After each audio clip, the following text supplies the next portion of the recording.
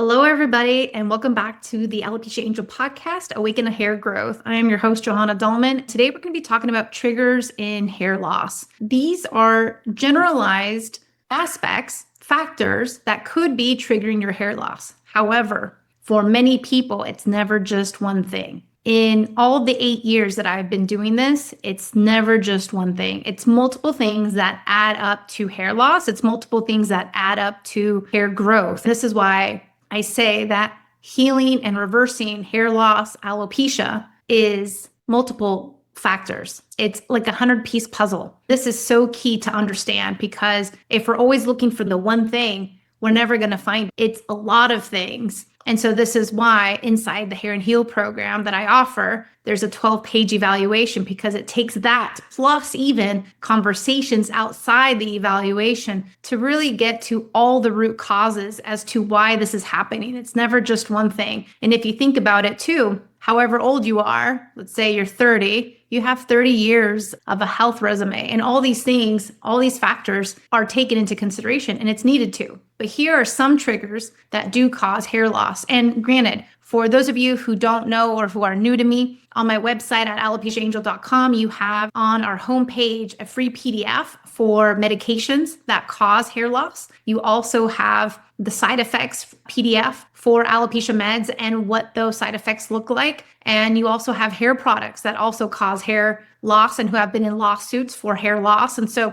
these are great aspects and resources for you to look into, to grab and download today so that you can also double check to see where you're at in terms of your medications, in terms of your hair products, and so much more. So the first thing I wanted to check and to let you know that could be triggering your hair loss is checking your vitamin levels. The thing is that many times we're not taking supplements, or we're taking supplements that are not addressing our own personal situation. This is actually quite necessary to really look into and to see where we stack against. If you feel sluggish, fatigue at any point, this could be a vitamin deficiency. It could also be thyroid. It could also be so many other things. And so you always want to look into this. But checking your vitamin levels, your ferritin levels, iron levels is also very necessary to ensure that we have hair growth. And so vitamin levels are necessary. And even for those of you who, eat the rainbow and who think you're very healthy, or maybe you're a nutritionist or a personal trainer, as I've had many times inside the program, we could still have blind spots. I talk about blind spots in podcast episode number 3 and in other podcast episodes. And so you may want to look into blind spots. And blind spots are things that hold us back, that we don't know that it's holding us back. It's like running uphill with a parachute on. It's like the harder we try, the less we're going to get there, and the harder it takes and the longer it takes. And so this is why many times people struggle with hair loss for years, months, and decades. And it doesn't have to be this way. So the next thing I would say is to quit smoking. And smoking sounds obvious, but for many of youth, young people especially, they like to vape. Vaping also is bad for your hair. Smoking in general, whether it's cigars or whether it's cigarettes or whether it's weed or anything else out there, it's gonna hinder your hair growth, the quality of it. And if you look at people who do smoke or who do vape, you will see that their quality of hair is not as healthy, not as shiny, not as beautiful. And this is a direct reflection of the inside of their body. And so smoking and quitting smoking is a big thing that you can be doing now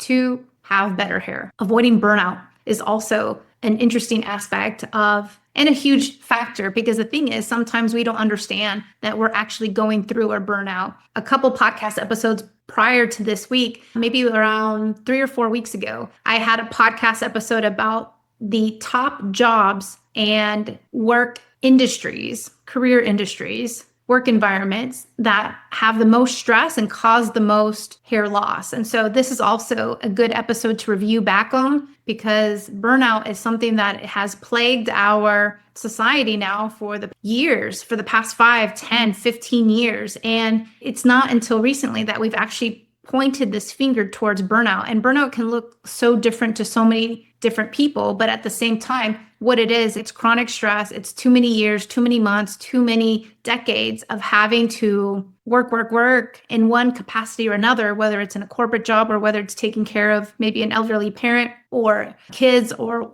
both, and not taking the time for you. And so avoiding burnout is huge. And the thing is, chronic stress can come from so many different avenues and so many different areas. And so this is one area that we need to be very cognizant of. And when you're in the middle of the hurricane, sometimes we can't realize and we don't know what resources there are or even how to even stop or get out of it. But this is where we need to pause, take that pause, and then really evaluate and see where we can move forward from here. And many times this is where speaking to friends, speaking to family, speaking and getting a consultation with me can also help, because if you're seeing that it's affecting your hair, then there's ways that we can go about this, even if you are in the midst of burnout. So the next thing is to be kind to your hair. And so be kind to your hair is, in essence, evaluating your hair care routine. What type of chemicals are you using? What type of products are you using? How many products are you using? Just like in cleaning products, you can have two products that maybe work against each other. You can have two chemicals, and then, your whole head is turning into a science project. And maybe these chemicals are not reacting well and doing damage. It's quite astonishing what you can do when you have all the tools to grow the hair, to grow healthy hair, to have it thick and strong, and to be just so amazing, more so now in my mid 40s than it was in my 20s. So looking at your hair care, looking at your products, looking at the tools that you're using, are the heat styling tools. Do you color your hair? Do you highlight your hair? All these things add wear and tear to your hair. And so it's really necessary to take a step back and to see how and what it is we can be doing less of or more of to counterproduce these results of negative treatment to our hair. Because even though we love getting our hair colored, or maybe we love using certain tools or heating or high heat tools, this also can play a part into our hair care regime, and then also how it looks at the end of the day, and then also the wear and tear of it over the years. I can raise my hand and say I'm guilty of that as well, because I've colored my hair since I was 13 and I love getting my highlights done. But at the same time, it does take a toll on your hair. And so understanding what it is that you need to ensure that it doesn't happen,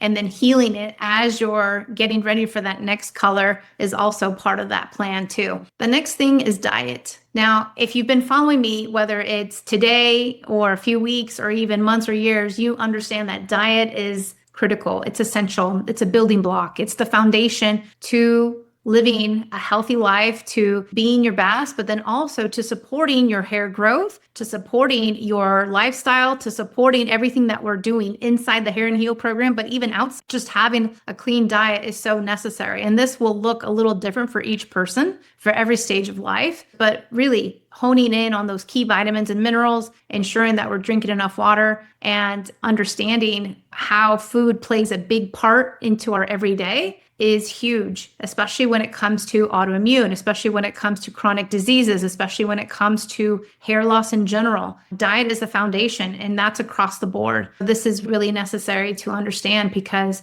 I can see where, for example, myself, where I've slipped through the cracks over the years, and then how that's given me this platform of going into alopecia areata. So there are many ways where I could have avoided it, but I think that many times when you go through a disease, a diagnosis, or hair loss of any sort, I feel like it's a lesson. It's a life lesson that we need to learn, that we need to understand. And it's a test. The universe is giving you a test to see how well we can heal from it, how well we can overcome it. And then once you do, you're good to go, and then you're on to the next. Much like life, I feel like it's somewhat like a video game where you just keep going to the next level, to the next level, to the next level. And every level is teaching you something, and every level is getting you to that next level of being your best. So looking at hairstyles would be the next tip or trigger that I could say that can cause hair loss. Tight braids, cornrows. It could also be buns, like if you wear your hair back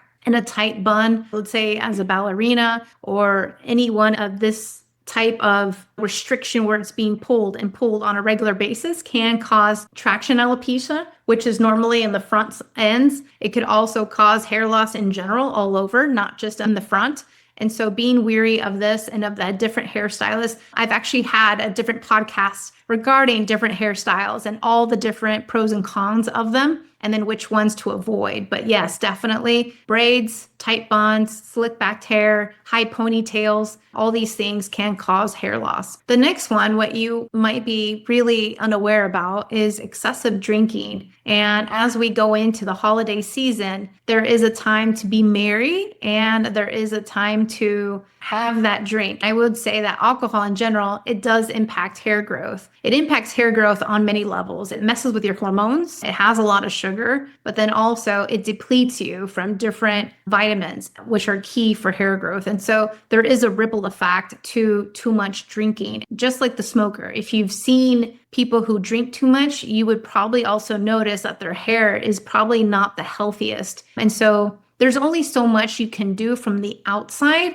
and really having best healthy hair and hair growth, it all comes from the inside. It doesn't come necessarily from the outside. This is why in any of my free trainings, if you've joined them, you can always find them on my website, alopeciaangel.com. And at the very top, you'll see free training. You'll see that in one of the things that I talk about in this free training is that this is why the serums, the lotions, the potions, the minoxidils, all these things don't work, because it's trying to force a situation from the outside. However, if the inside, the foundation isn't set and isn't at a level where it needs to, guess what? It's going to take longer, maybe have zero results or not work for you. This is the situation that many people go through because you're not getting to the root causes. And so you're spinning your wheels trying to try one thing and another, thinking that it's from the outside in when it's not. It's from the inside out. It's always been that way. So the next thing I would say is to skip heat as much as possible. I know with a lot of times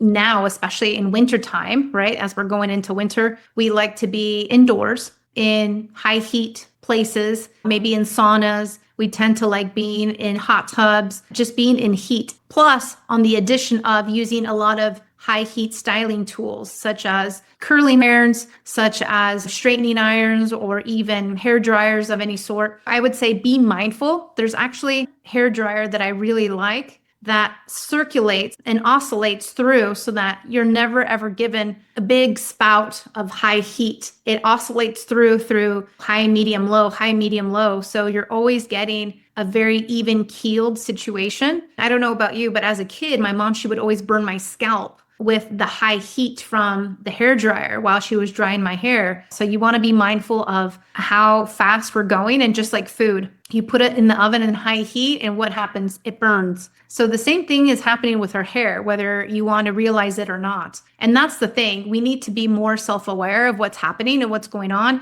because if not, being in denial or thinking that this isn't happening to you, it's going to take weeks and months for you to start seeing the repercussions of what you're doing now. For example, my hair started growing an inch a month over 2 years ago now. And the thing is, this didn't happen overnight. This happened over the amount of years that I've put into healing my alopecia, into being my best, my healthiest. And it's like your savings account. It compounds year after year. So the more you do, the better it is. And then the easier it gets. And that's where you want to be, right? But guess what? You have to take the stairs up. You can't take the escalators. There's no quick route to get there. You have to have a strong foundation. You have to have the right habits, and then you have to execute and take action. And so that's what this is all about. So I hope this has helped you. I would ask that you share this with a loved one, with a friend, with a family member, so that they can have a wonderful way and start to understanding a little bit more of their blind spots and potentially some of their triggers. Grab those free PDFs on my website, and I'll talk to you next week.